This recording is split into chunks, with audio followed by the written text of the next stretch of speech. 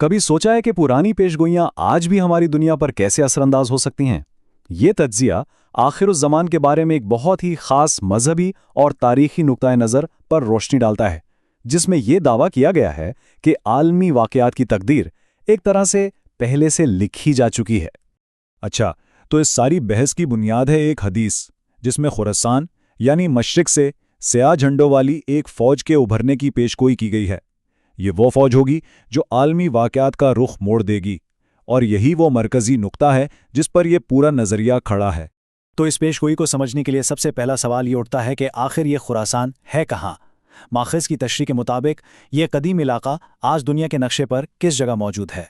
تو لیکچر میں یہ بتایا گیا ہے کہ تاریخی خراسان کا جو مرکز ہے وہ دراصل آج کا افغانستان ہے۔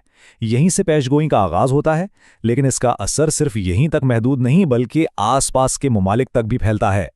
اب ڈاکٹر اسرار احمد کے جغرافیائی تجزیے کو دیکھیں تو جزیرہ نما عرب کے ٹھیک مشرق میں 3 بڑے مسلم اکثریتی ملک آتے ہیں: ایران، افغانستان اور پاکستان۔ ان کی یہی جغرافیائی پوزیشن انہیں اس پیشگوئی کا ایک اہم امیدوار بنا دیتی ہے۔ لیکن یہاں ایک بہت دلچسپ نقطہ اٹھایا گیا ہے۔ مقرر کا کہنا ہے کہ اپنے محل وقوع کے باوجود ایران کا جو مخصوص نظریہ ہے وہ اس پیشگوئی میں اس کے کردار کو محدود کر دیتا ہے، جبکہ افغانستان اور پاکستان کو مرکزی حیثیت حاصل ہے۔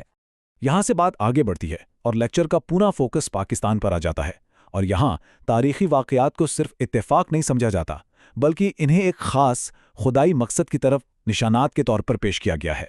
اب ماخذ کے مطابق یہ صرف سیاسی واقعات نہیں ہیں، انہیں اس قوم کے لیے ایک پہلے سے طے شدہ کردار کی طرف اشارہ کرنے والی الہامی علامات کے طور پر دیکھا جاتا ہے۔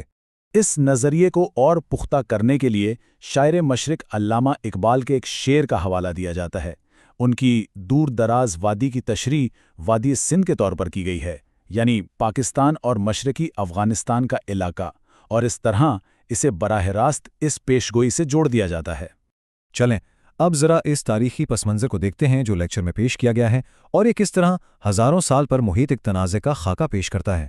اس تاریخی بحث کو سمجھنے کے لیے ڈائسپورا کا مطلب جاننا بہت ضروری ہے۔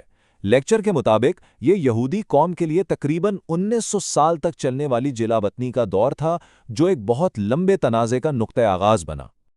یہ ٹائم لائن ہمیں دکھاتی ہے کہ لیکچر میں تاریخ کو کس طرح ایک لمبے عرصے کے تناظر میں پیش کیا گیا ہے۔